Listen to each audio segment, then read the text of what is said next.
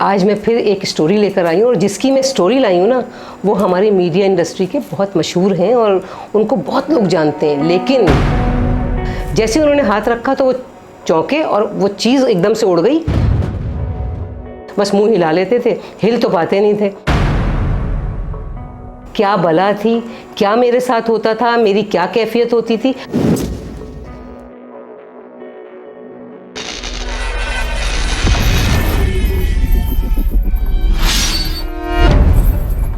अस्सलाम वालेकुम। आज मैं फिर एक स्टोरी लेकर आई हूँ और जिसकी मैं स्टोरी लाई हूँ ना, वो हमारी मीडिया इंडस्ट्री के बहुत मशहूर हैं और उनको बहुत लोग जानते हैं। लेकिन उन्होंने अपना नाम बताने से मना किया है। अब ये आप लोगों के लिए एक जस्तजू रह जाएगी, लेकिन स्टोरी बड़े मज़े की है। वो ये बताते हैं कि जब उनकी शादी हुई थी और उनकी एज ऐसी थी कि 21 की एज थी, तो उस वक्त वो शादी के बाद जब एक दिन वो सो रहे थे तो उनको ऐसा लगा कि आसमान से एक कोई बंदरनुमा मखलूक आई और आके उनके ऊपर बैठ गई। अब जब उनके ऊपर बैठी तो उनको ऐसा लगा जैसे वो फ्रीज़ हो गए। कुछ समझ में नहीं आया। पहले तो बहुत ज़्यादा डरे और चीखने की कोशिश की, लेकिन चीख भी नहीं निकल रही, मूवमेंट भी नहीं हो रही और घुटी हुई सी आवाज़ होती है ना, एक बहुत ही हल्की सी चीख वो सुनाई दी। तो उनकी वाइफ एकदम से उठी और उन्होंने उनके ऊपर हाथ रखा। जैसे उन्होंने हाथ रखा तो वो चौंके और वो चीज़ एकदम से उड़ गई और वो जो है वो इधर उधर देखते रहे और एकदम से उन्हें समझ में नहीं आया कि हुआ क्या है। खैर ये पहले दिन का वाक़या था, शायद उन्होंने सोचा मेरा वहम था या कुछ था। लेकिन उसके बाद ये वाक़या उनके साथ फिर हर कुछ दिन के बाद होने लगा। हर कुछ दिनों के बाद वो चीज़ आती थी और उनके ऊपर बैठ जाती थी और वो चीख नहीं पाते थे, फ्रीज़ हो जाते थे। मतलब उनकी कुछ समझ में नहीं आता था। फिर उन्होंने बजाय इसके कि डरें, उन्होंने ना दुआएं पढ़नी शुरू की। जैसे ही वो चीज़ आती थी दुआ पढ़ते थे, आयतल कुर्सी पढ़ते थे और दुरूद शरीफ वगैरह पढ़ के वो फूंक के जैसे हिसार बांधते हैं, खुद ही खुद ऐसे ही बस मुँह हिला लेते थे, हिल तो पाते नहीं थे। और वो आहिस्ता आहिस्ता उसको इग्नोर किया।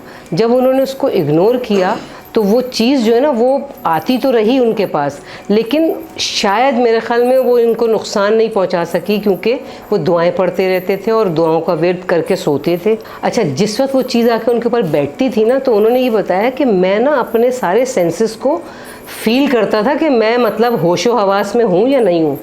तो मतलब ये कि वो होशो हवास में तो होते थे, लेकिन वो चीज़ बैठी होती थी, बॉडी उनकी बिल्कुल फ्रीज़ होती थी, वो बोल नहीं पाते थे, ना चीख पाते थे ना बोल पाते थे।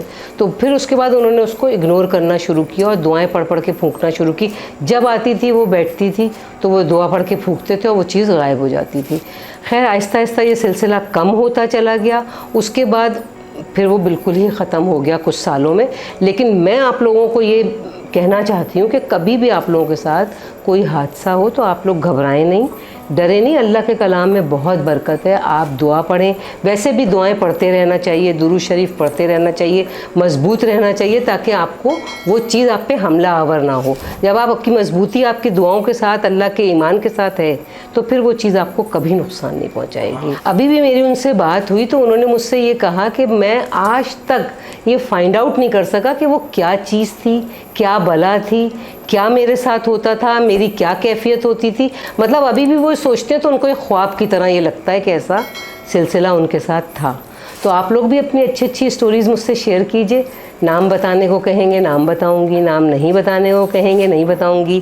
खेल तमाशा entertainment@gmail.com पे मेल कीजिए, मुझे मैसेज कीजिए। अल्लाह हाफ़िज़।